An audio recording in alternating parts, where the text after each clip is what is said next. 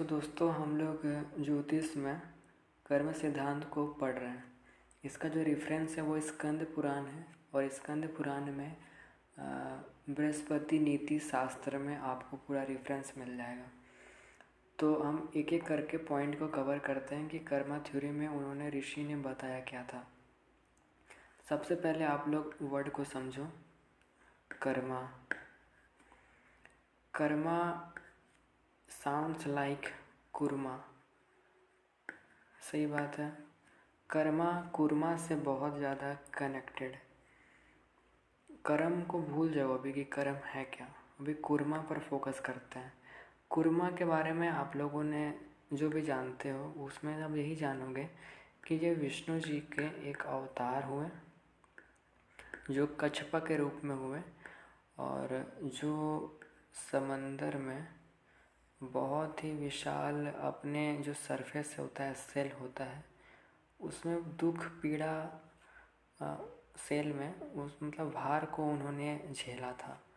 मतलब काफ़ी सफरिंग के बाद उन्होंने फिर सबकी मदद की थी। एक आपदा को, विपदा को उन्होंने टाला था।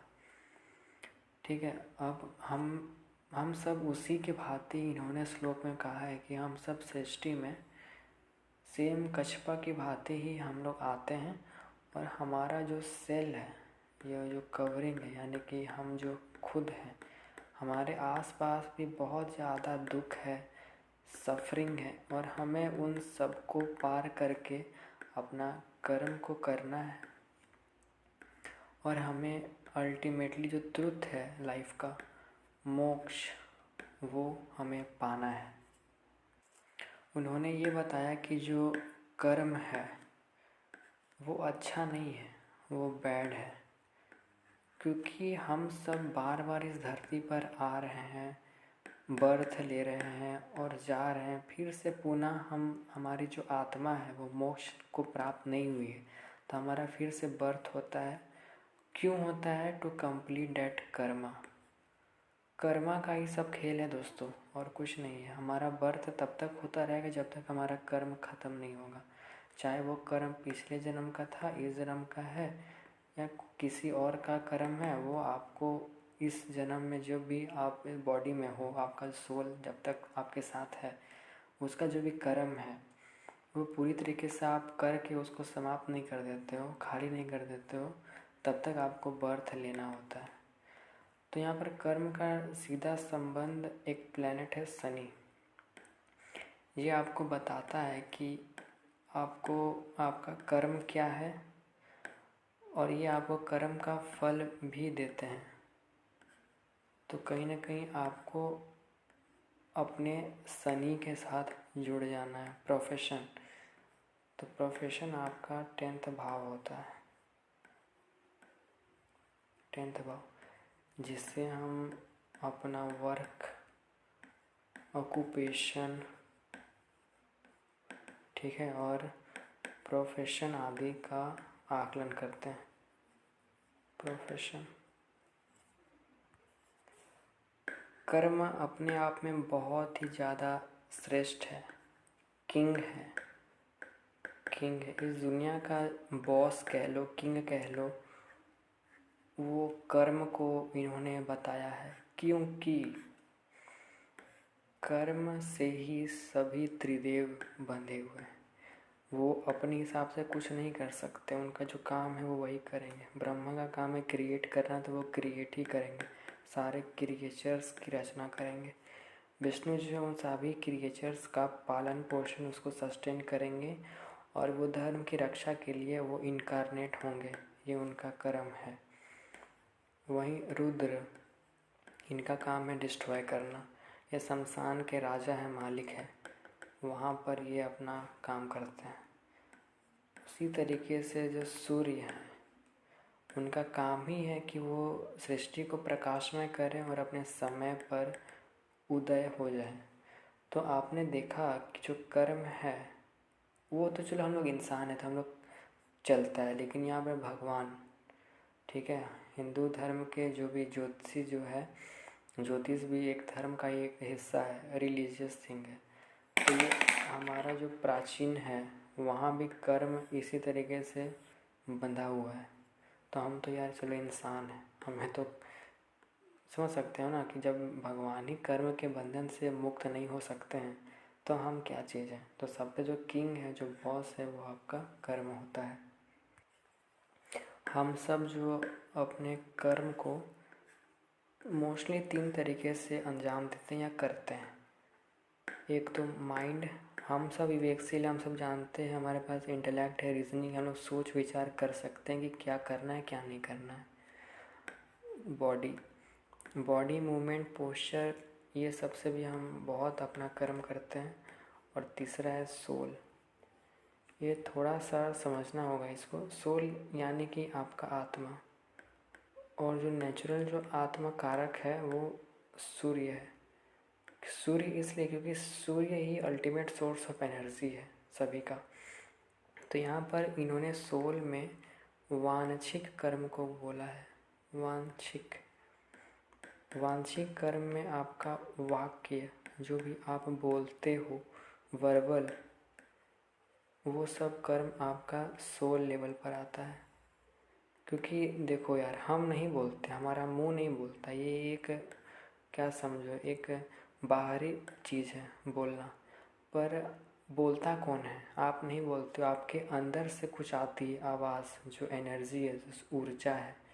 ठीक है, इसको थोड़ा सा डीप है, समझने के लिए आसान होगा। आप लोग समझ लो कि सोल जो है वो वांछिक कर्म को करता है। जो कर्म है, उन्होंने आगे ये बताया कि जो भी हम कर्म करते हैं, ठीक है, जो भी हम कर्म करते हैं वो हमेशा मल्टीप्लाई होता है। मल्टीप्लाई कह सकते हो या कनेक्ट करता है। कोई एक व्यक्ति ने कर्म किया वाई के लिए, सपोज करो कि एक्स ने वाई को मार दिया जेड के कहने पर। तो यहाँ पर ये कनेक्ट, देखो कर्म कैसे काम करता है। ये और ये तीनों अब कर्म के बंधन से कनेक्ट हो चुके हैं।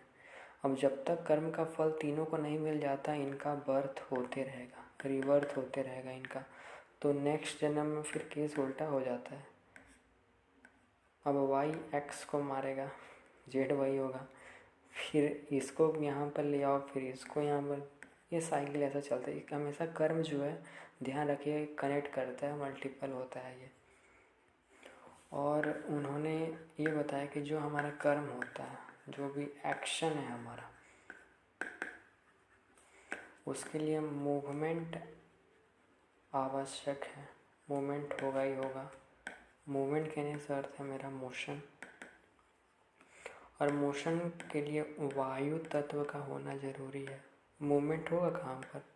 जब तक वायु ही नहीं होगा तो। और आपको मालूम है जो वायु है वो कौन से एलिमेंट से कनेक्ट है, कौन से ग्रह उसको, उस एलिमेंट को कंट्रोल करता है?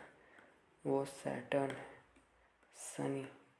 घूम फिर के हम शनि में ही आ गए। और जो कर्म शनि होता है।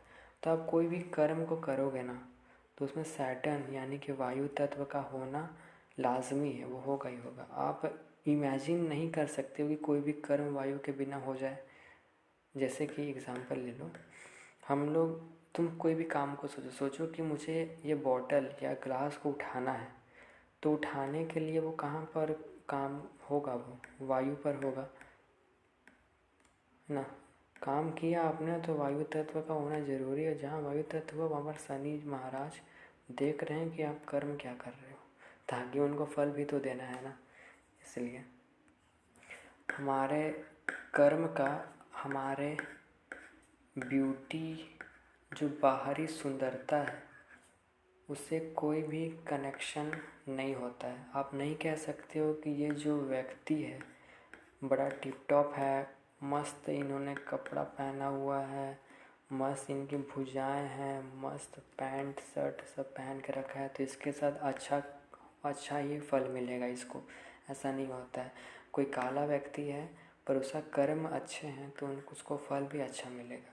और जो दिखने में केवल अच्छा है, सुंदर है, पर उसका कर्म खराब था, या उसका जो भी कर्म का जो भी उसका क्या बोलोगे, संचित कर्म है, अगर वो ही खराब था पिछले जन्म का या इस जन्म का, तो उसको बुरा ही फल मिलेगा। इसलिए कर्म कॉम्प्रोमाइज़ नहीं करता है कि ये आप बहुत सुंदर हो तो चलो आपके साथ अच्छा ट्रीट किया जाए, ऐसा नहीं, कर्म ऐसा नहीं करता है कभी भी। इसीलिए तो भगवान श्री राम, माँ सीता और लक्ष्मण जी थे, वो लोग तो काफ़ी अच्छा कर्म किया उन्होंने, पर उनका जो संचित कर्म था वो कहीं ना कहीं उसमें लिखा हुआ था कि इनको दुख, सफरिंग, ये सब से गुजरना ही पड़ेगा। तो कोई ज्योतिषी, कोई आचार्य भी उसकी सहायता नहीं कर पाए थे।